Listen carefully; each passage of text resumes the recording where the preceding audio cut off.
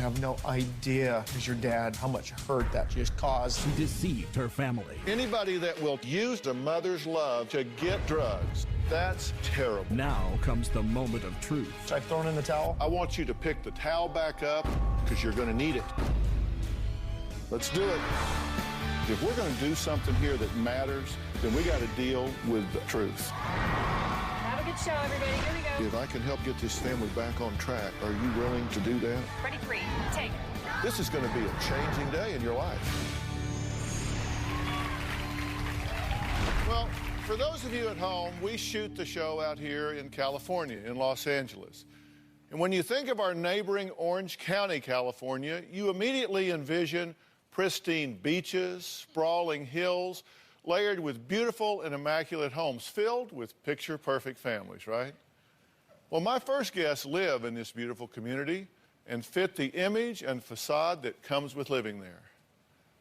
But their life is far from perfect. If you were to see the way we live, you would think that our lives were pretty much perfect. From the outside, we look pretty much like the perfect family. Tiffany's had a drug problem with Oxycontin for about 4.5 years. I honestly thought she had beaten the Oxycontin addiction. Being a police officer and knowing that my daughter engages in illegal activities such as using illegal drugs is very embarrassing. Tiffany's been to rehab numerous times, and unfortunately each time she's failed. No parent likes to admit the fact that they may have a child that's addicted to drugs. Tiffany has a problem when she's using the drug that she turns into two different people. She's like Dr. Jekyll, Mr. Hyde. She'll be talking to you fine, and then she'll turn around to somebody else and pretty much just rip their head off. I'm fed up with Tiffany. We've tried everything we can to give her what we can afford to give her. One of my worst fears is coming in and finding Tiffany dead. Look, there comes a point, Ken, Susie, you guys love this girl, right? I mean, this is your daughter, and you love her, and she has had a rough go. She's made some bad choices, and she has to own all of those choices. But I want to be very real about what happens when we're dealing with somebody with a drug history. It doesn't happen in isolation. You are not responsible for her doing drugs. You're not responsible for her doing drugs. That's not what I'm saying at all. But when you have a young person with this kind of history, they don't do it in a vacuum. They do it with their family around them. And your reactions have contributed to it, either positively or negatively. And I want you, before we even start, before we even talk to her, I want you to grade your own papers. If you had this to do over again, Ken, what would you do differently? I think if I had to do it all over again, I'd probably put more of an emphasis or focus in keeping my first marriage, obviously, together. Or staying married to Susie back years ago when I made the choice to leave. Today, I think over the course of the last 4 or 5 years, I've made choices in terms of probably enabling her to do things that she shouldn't be doing, and that's by financially supporting her in ways that I probably shouldn't, giving her money, buying her car, and just a host of other things like that, I suppose. When you say that you have enabled her, that's kind of a buzzword everybody uses, but you get what that means is by you financially giving her money, particularly on the heels of her crashing in an effort to get her back up, that you are empowering her to self-destruct. Do you get that? Yes. Because you say, well, but I mean, she's in the ditch here. I got to get her out of the ditch. No, it's in that ditch that she may face the fact that she has to make different choices. But if you come along and she totals a car, for example, and you buy her a new one, then listen, kids learn what they live. That's a bad fact, right? And you thought she was completely clean until we called you and said she had written us and said that she wasn't actually clean. Right. So how did you miss this? Has she been out of your orbit? Has she been away from you? Actually, she had just been in a rehab center, and she checked herself out. She wanted to come home because she was hurting so bad with a migraine headache, and the facility wouldn't give her aspirin. She wanted just a Tylenol or something for the headache, and they would not give her the aspirin. So that's the story she told us. That's what I think. I don't know any different than that, but that's what I thought. Let's assume that's true, and I think that's complete crap. But okay. So, I mean, let's Okay. but let's assume for argument's sake it's true. So she checks herself out AMA. So these professionals, you know, doctors, nurses, psychologists, psychiatrists, addiction specialists, all, they don't know anything. She knows she needs an aspirin. Right. So she's leaving. And she comes where? she calls me to come pick her up. And you And I picked her up and take her. back to her boyfriend's house. Okay, so you're her taxi cab. Well, she basically told me if I didn't come, he would come when he got off work. That was just the point. Did you think about calling him and saying, hey, we don't need to be doing this. She needs to stay right where she is and not having a ride. This crisis may pass. No, I'm sorry, I didn't think about Okay, that. and listen, I get it. I'm a parent and now a grandparent, and I get how hard it is, which is why I'm talking to you first. Ken, Sure. you say you've gone into $40,000 debt for things, knowing that she was an addict. $15,000 on dental school after she left rehab the first time, right? She's never completed a rehab, right? She's left early. Mm-hmm. Okay, car accident. You suspected drug use, and I think that would be a pretty good guess. And she totaled the car? Yes, sir. So there's a good chance she was driving under the influence. Yes. Fortunately, she didn't kill herself or anybody else, Yes. but she totaled the car, Yes. and so you just bought her a new one. Yes. You know, when you hear it like that, it sounds, when you put it in, you It connect the does. dots. Even with the headache thing, you know what? I Yeah. never doubted her for a second. I didn't. I didn't. Yeah, that's why we're talking. Mm-hmm. Yeah, because I can tell you when she's lying, it's when her lips are moving. I know that. Okay, I know now, she was going to be prosecuted for writing bad checks, so you bailed her out, right? Yes. And what do you suppose she was doing that money she's writing bad checks for? Yeah. Yeah. Okay. You still financially support a car insurance, cell phone, health insurance. I mean, all of these things. And then she comes and says, you know, I need money for hair and nails and that sort of thing, and you give it to her. That's what I mean. Enabling's kind of a, you know, it doesn't sound real bad. You say it real fast. But what it actually amounts to is you've got somebody out here that is on self-destruct. Right. And in order to continue that self-destruction, she needs funding. And so y'all make sure she has it. And I have to tell you, that is no different than if you went and bought it for her and gave it to her. Because that's what you're doing. You're just not doing the pickup, but you're doing the financing. And she calls you out of rehab and says, come get me. Mom, come on. Why do you suppose she called you? Because she knew I'd come and get her. You reckon that she's learned that she's got you under control. You will do what she wants you to do. Absolutely. So that has to change. There's nothing that I can do to help your daughter, who we're going to meet here in a minute. There's nothing I can do to help her if you guys continue to do what you're doing. If you do what you're doing, I might as well thank you for coming, wish you the best, refer you to a good funeral home, and send you on your way, because she will die, and you will be guilty in your own minds and hearts for the rest of your life, simply because we've had this one conversation. You didn't choose the drugs, but you're either going to be part of the problem or part of the solution. I want you to be part of the solution. We'll meet Tiffany after the break.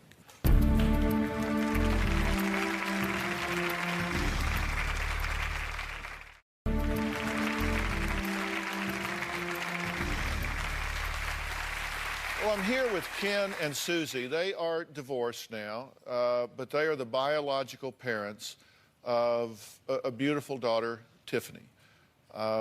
She has a history of drugs. Now, they believe that she has been okay and off of drugs until she contacted us. She wrote into us and said, look, I'm living a lie here, and I need help coming clean, confessing where I am, talking about what the truth is.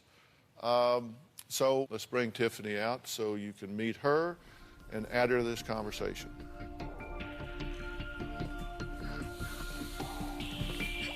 Tiffany, Dr. Phil, how are you? Have a seat right here.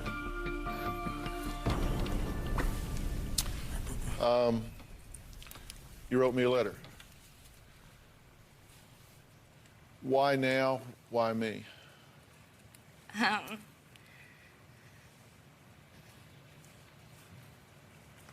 Because I watch your show like every day. And I've seen you help other families, and I didn't really know what else to do. So you know I take this very seriously.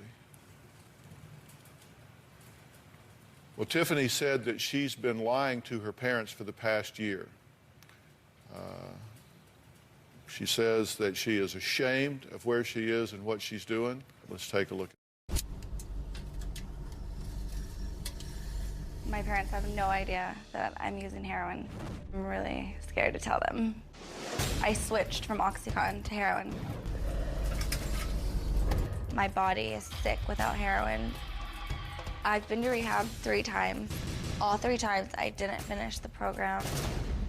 Right now I'm spending up to $100 a day on heroin. All my money goes to drugs. I would be borrowing money or getting money from my boyfriend saying I need gas. I pay no bills. My boyfriend pays for our housing, and my dad paid for my car and my cell phone. Using drugs has made me become a liar. In order to get money from my mom, I'll say I need gas or money to eat. I've stolen money from my dad. I've stolen 20 bucks here, 20 bucks there. I feel like I live a completely double life. In the morning, I drive all the way to the methadone clinic to get the methadone, and then I drive to get heroin, and then I try to make it to work by 9:30, but I have to get that just to get through my day. I am gonna drive real quick right now to go meet so I can pick up some heroin. On my lunch break, I go out to my car to use heroin. I don't even eat lunch on my break. I feel guilty, and I feel like I'm wasting my life. I feel like I'm not ever gonna accomplish anything. I'm so scared, and I never thought my life would end up this way. I don't wanna do this anymore. It's always like this, running around and back and forth. I have to go get something just to make it, you know, through the day.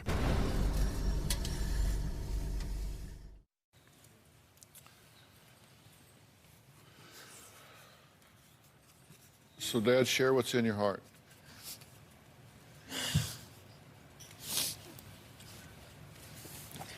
I'm sorry. Really? I can't even talk. It's all right. Just talk through the tears. It's all right. Heroin? Oh, man. I don't know what to say. Honey, that just, you have no idea as your dad what that makes me feel, or how much hurt that just caused. You know, and some of the things that you just said regarding your stealing and doing what you're doing on your lunches. Just living a lie like that. But half the time in the morning when I go, I just do it to feel normal. Like, it's not fun anymore. It's not. Like, people think like, oh, doing drugs, fun, friends, partying. It's not. It's my survival. It's to function. It's to feel normal, to go be able to take a shower and to go to work and make it through the day without being really sick. See, and I don't understand, Dr. Phil, where she's coming with feeling normal and stuff. When you get sick, when you've done the detox a couple times, that's what you're talking about? Yeah. But yeah, you've failed rehab twice because you've chosen to take yourself out of rehab? Really? I didn't give enough time for... It takes, like, doctors have told me that it takes, like, up to a month to feel normal, for your body to feel normal again. And I gave in because I just wanted to feel normal. What do you want to say? I'm in shock. I didn't know that she was still doing this. I thought she was fine. I mean, she got a job working at another dentist office not too long ago. Right when she got out of the rehab facility, she Yeah. went right away and got a job so she would pacify us, make us think that things were okay. She hasn't come around my home because of a relationship or lack of with her stepmother. And that's I was why told I was not welcome in your home. you're not when you're under the Okay. influence or using No, drugs. but you guys thought I was clean, and I was told I was not welcome in your home. And you did not know that I was using.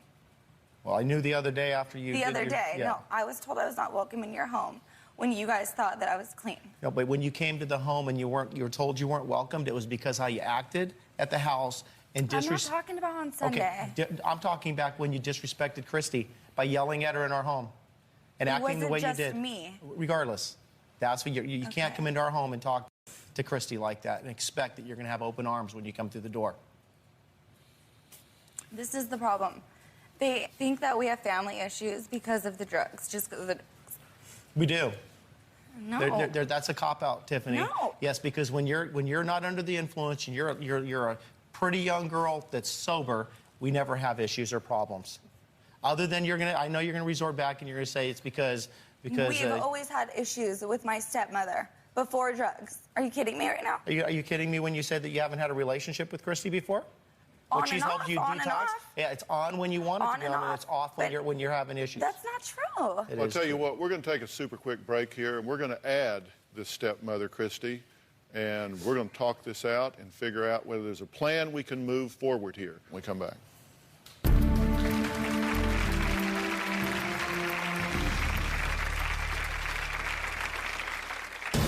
I definitely think my stepmom uses my drug use to keep me out of the family. Grow up, Tiffany. If you're not going to care for yourself, then no one's going to care for you.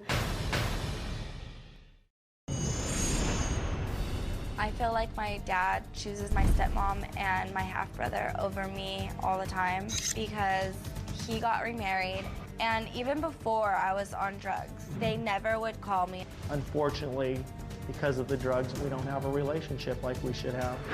I lived with my dad for a little while. He basically just said, you know, the only way you can live here is if you're clean. He would drug test me. He knew, and he kicked me out. Tiffany's addiction has had a major impact on my relationship with my current wife. It says on this page that I'm supposed to, at this age, give her a car and pay her cell phone and pay her insurance and make sure she has money in her pocket all the time. My dad tells me all the time, oh, you need to be stronger, and what you're doing is stupid, and you're just weak-minded. I love Tiffany like no tomorrow, but I don't want her in my home unless she's clean and sober. She needs to be locked down. She needs to be taken away from her friends and deal with her issues. Well, Tiffany's stepmother, Christy, says she does not want Tiffany in her family's life and says, and I quote, "It's a sigh of relief knowing Tiffany is not walking through my door to visit." Take a look. Me and my stepmom do not get along at all. I feel like my dad has changed so much. My stepmom has changed him. It makes me hate her. My dad has helped me a lot financially, but if I go to his work to have lunch with him, he won't tell her. Like, it'll be a secret from her because she'll get mad or get jealous. I feel that Ken favors Tiffany over myself, and it's hurtful. When it comes to Tiffany, Ken will put everything on hold for her. I definitely think my stepmom uses my drug use to keep me out of the family. Grow up, Tiffany. If you're not going to care for yourself, then no one's going to care for you. I believe in tough love, and she doesn't like that at all. I think Tiffany has been at the point where she will pretty much do anything that she needs to do to get her drug. Yeah, hate's a big word. You just said, I hate my stepmother. Do you hate Christy? No, I don't hate her. Why did you say that? Because I'm hurt. I feel like I don't have a dad anymore because of her. Christy, what do you think about the relationship you have with Tiffany? Is it strained? Yes. You're happier when she's not there because of what she brings, what Yes. she introduces, and what is that? This is the thing. Hey, let me ask Christy, what does she bring into your home that makes you glad when she's not there? Just Ken and I will argue and fight, negative. It's just not a happy, for the most part, it has not been a happy situation when she's around. Do you resent your father because he divorced your mother and left you? He traded one family in for another.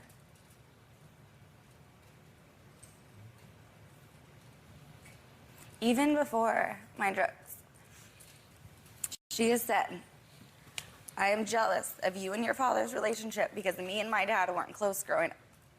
This was when I was like 14. No drugs. Okay. So we were close, like I was the only girl. We're gonna have a different relationship than him and my brothers. It's different, you know? And she's always said that she's jealous of that. If I go have lunch with him, he can't tell her. One time, I was getting my nails done and he was with me and he got a pedicure and he couldn't tell her. Why is that? It's not that I can't. It's not that I can't tell her. You can, but it'll spark a fight, and you avoid the fight because she brings.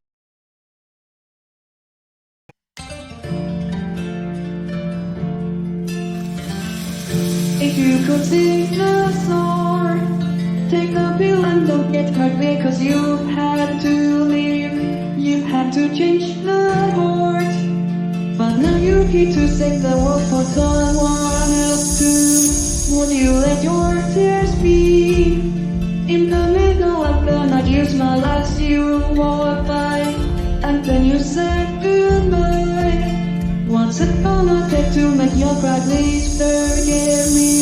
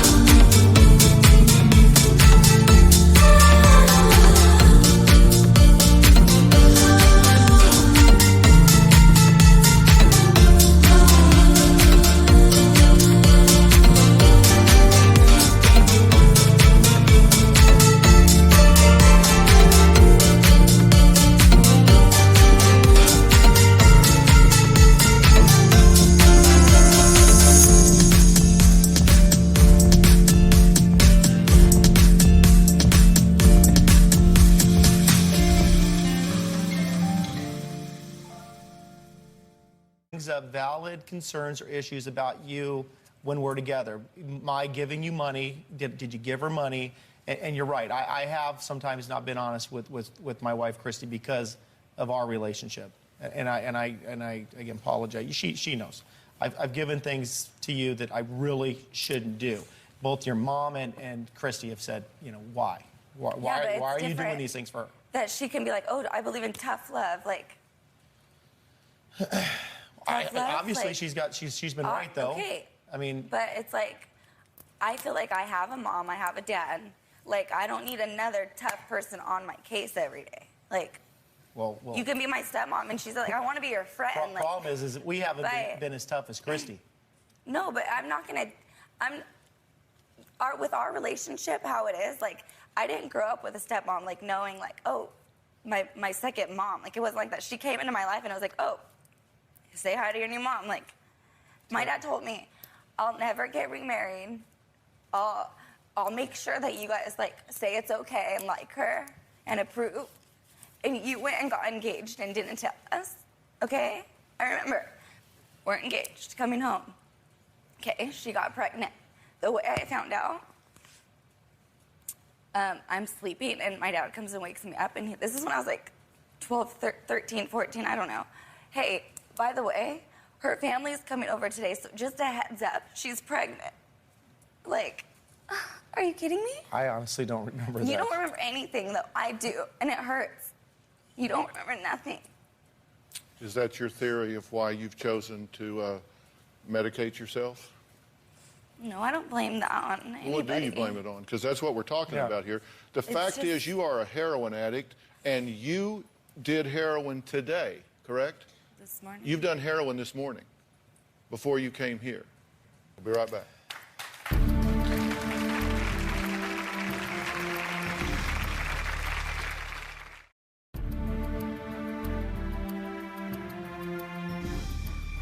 The fact is, you are a heroin addict, and you did heroin today, correct? This morning. You've done heroin this morning, before you came here. Okay, so this has got a grip on you. If you don't do it again soon, you'll start to react, correct? If you don't have a fix before the end of the day, you're going to start. I'll be sick. You're going to start getting the flu. You're going to start getting real sick. That's the point that we're at, guys. And you say, you know, I thought she was fine. I don't know if you thought she was fine or you just desperately wanted her to be fine. But she's not fine. And there's a lot of family that goes into this. Do you support her getting sober, getting clean, getting her life together? Because, you know, here's the thing. When you're a heroin addict, you kind of lose all credibility on everything else. But when you take that away, there are going to be some family dynamics here that are loose ends and ugly. They're going to have to be dealt with, and you're either going to be part of the problem or you're going to be part of the solution. Right. And I'll promise you, if you ever do anything to come between this father and his daughter, it will wind up biting you really bad. He will resent you for it for the rest of his life. Because if you want a relationship with your husband, you will support his relationship with his children. And vice versa. I mean, you'll support her relationship with her mother. And you will support her relationship in treating his current wife with dignity and respect. Whether you like her or whether you don't, I don't know how y'all get along. I don't really know of one thing in this family that's working well right now. It's just like we're in denial here. It's just like look straight ahead and there are no problems on the sides, but there are. And if you don't think that heroin addiction is fatal, let me tell you, it can be fatal. This has disaster written all over it. Do you see why I talked to you before we brought her out? Because if we continue to do what we've always done, where you get into some kind of treatment somewhere or whatever, and then you decide, well, okay, I want to feel normal again. So you come up with some excuse to walk out the door, and you answer that call and go get her and bring her home and just tuck her right in, and here's $60. Now go get your nails done. You saw her doing her nails on the video. Sure did. That's her doing her nails. Do you not resent her using you and playing you for a fool all this time? She knew you loved her, she knew you were committed to her, and she used that against you to deceive and betray you. Your mother has said, and I quote, I will drop everything, and she emphasized everything, if she needs me.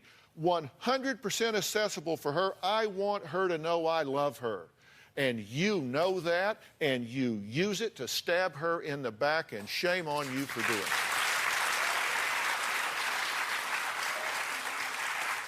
it. Anybody that will take something as pure as a mother's love and use it to get to drugs and betray her, that's terrible. She says if you can't afford to eat, she will cook for you. She takes you to the methadone clinic. Oh, come on. That is what I think of that. That has to be over. That is the relationship you have had. It is now shut down. It is ripped in half. Because if they're not willing to do what I am asking them to do, I wouldn't touch you with a 10-foot pole.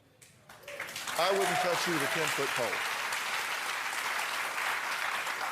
Because you need somebody to tell you the truth. And the truth is you are a spoiled brat, Missy, and they have spoiled you. And so you come out here in your self-righteous, sanctimonious way and criticize the manner in which they parent and the fact that your father deceived you. You're the biggest liar in the building. Do you get that? Don't roll your eyes and look at me. I'm telling you the truth. If there's anything I'm telling you that won't withstand challenge, then bring it on. I want to hear it. I want to hear it. I'm telling you, you're the biggest liar in the building. Now, you tell me I'm wrong. I know I am. I'll be right back.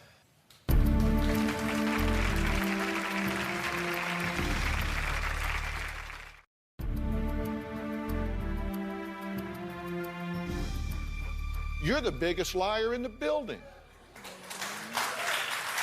Do you get that? Don't roll your eyes and look at me. I'm telling you the truth. If there's anything I'm telling you that won't withstand challenge, then bring it on. I want to hear it. I want to hear it. I'm telling you, you're the biggest liar in the building. Now, you tell me I'm wrong. I know I am. Well, then why are you rolling your eyes like some entitled little brat? I wasn't rolling my eyes. Okay. Does it seem like I know an awful lot about y'all's family? Sure does.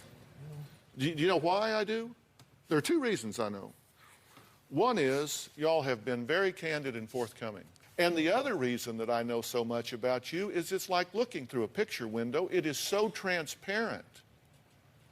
Lassie could figure this one out. You buy her a car after she totals it on drugs. Dad, come on. You've got to know, when you look at that, 20/20 hindsight, as they always say, you look back at that, you think, you know what, I just loaded the gun and gave it right back to her, right? Yeah. You know, I don't have any excuse for it other than, you know, You don't need one. Yeah. What you don't need an excuse because you love her. I get that. I do. And I respect y'all as parents. I do. Which may sound funny because I'm saying you're doing so much wrong, but your intention is good. But you are so misguided. And do you see, no matter what I was to do with her, if you continue to, I'm accessible 100%, just call me. I'll pick you up. Hungry? Let me fix you something. Here's $60. You know, go do this. Need a new car? Here you go. No problem. Steal from me? I'll look the other way. There would be no reason in the world for me to do it. Right. You see, I take a very different approach to this than you do. My approach is that you call a spade a damn shovel.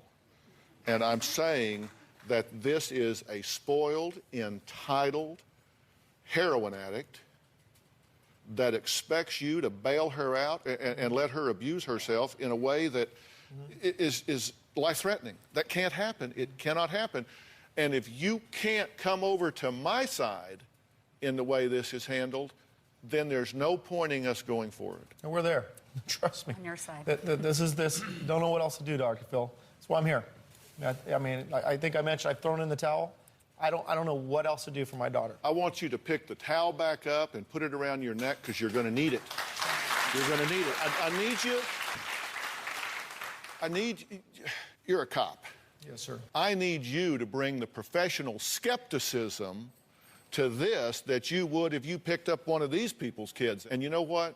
If you love her, and I know that you do, and I believe that you do as well. I think you've come to know this child, and I think you love her.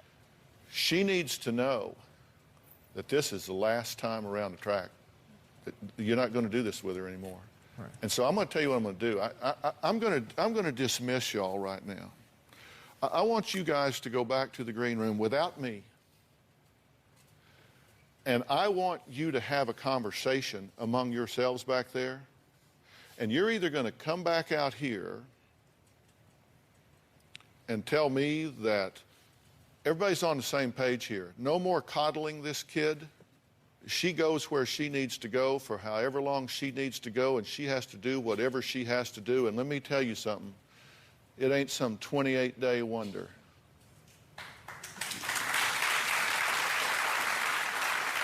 And very likely, if you do what I might make available to you based on what I hear from this group when you come back, you might never, ever return to your hometown again, ever. Because that's where you do drugs. That's where you get the stuff. That's where your triggers are. That's where it happens. I'm talking about, we're not going to do this just to kind of fill the square and make nice television. I'm saying you may wind up living in Eugene, Oregon, or Paris, France, I don't know, but you won't be back where you threaten your own life with drugs every day. Your life as you know it is going to change dramatically, or I want no part of this. I want no part of this if we're not going all the way.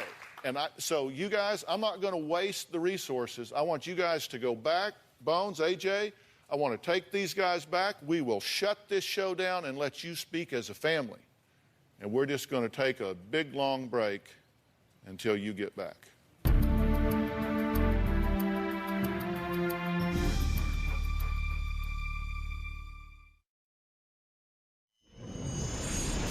Right, Tiff?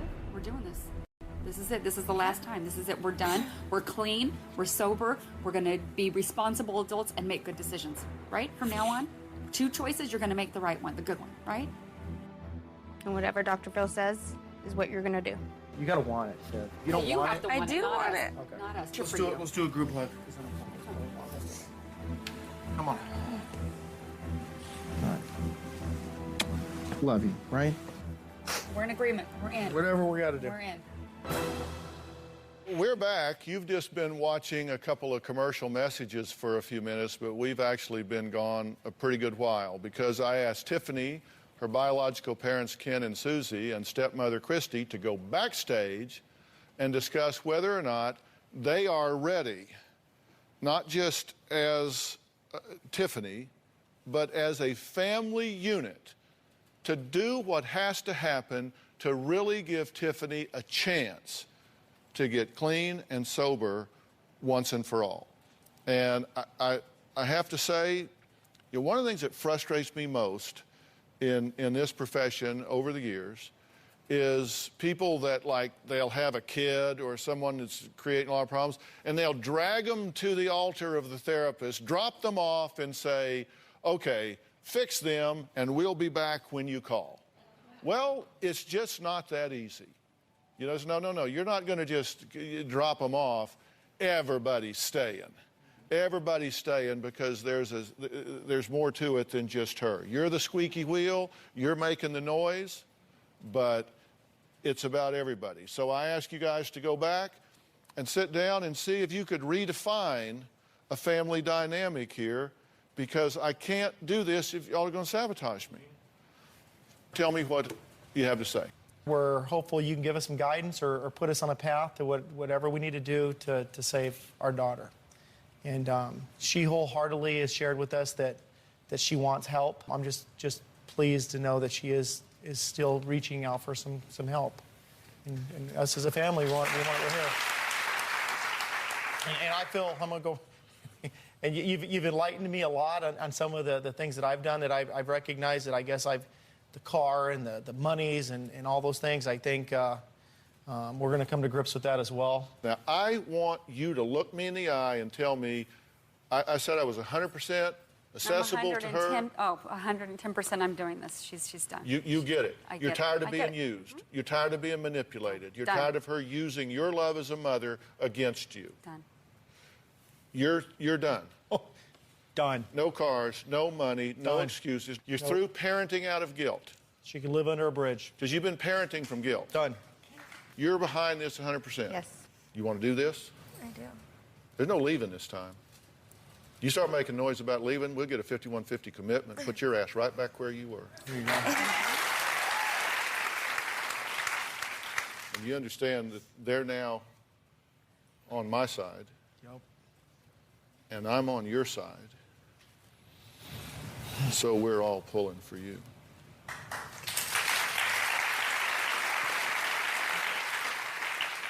I have what I believe are the best people in the country to do this. Rich Whitman, stand up if you would. I've worked with Rich for a number of years. He is now, he's part of our team here. And he guides us and gives us input on placements and where people need to be and that sort of thing. Because we have to be the only television show in the history of television and on the globe that does this for our guests. I mean, we have a 100% resource program. Whoever comes on our show, I'm never under the impression that I'm doing 8-minute cures up here. I don't think I've cured your family dynamic. What I've tried to do is be a compass for you, an emotional compass that gives you a wake-up call, gets your attention, and points you in the right direction. And then I'm going to provide, through their help, resources to empower you as a family to be a positive instead of a negative in this. So you're going to have to do a lot of work in her absence. It isn't just like, okay, got rid of her, woohoo. You got a lot of work.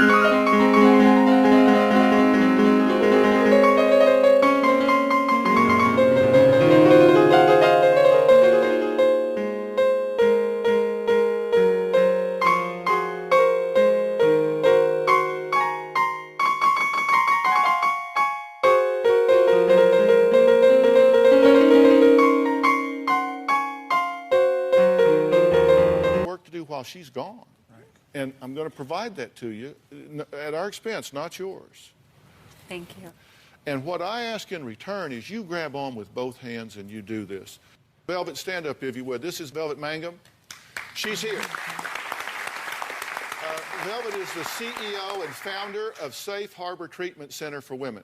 Velvet, your facility is going to meet her on many different levels, not just detox and addiction, but all of the issues that particularly women face in dealing with this. Talk about that a little bit. Absolutely. There's a long process to recovery, and it begins with admission, and that's what this family's done today.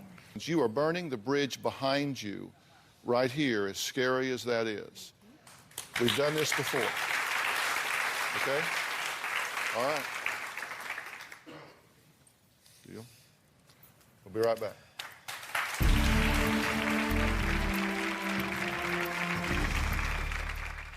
I want to thank all of my guests today, and a very special thanks to Safe Harbor Treatment Center for Women and on-site workshops. I really appreciate